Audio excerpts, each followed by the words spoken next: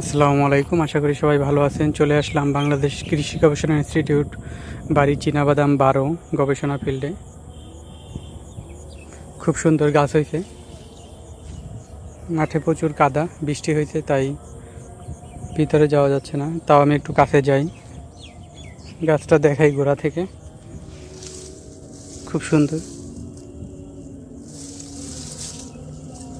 এই গাছের নিচে বাদাম হবে, মাটির নিচে।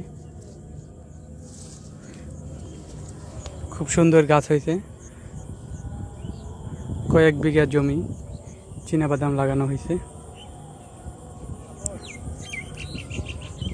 আশা করা যাচ্ছে ফলন খুবই ভালো হবে।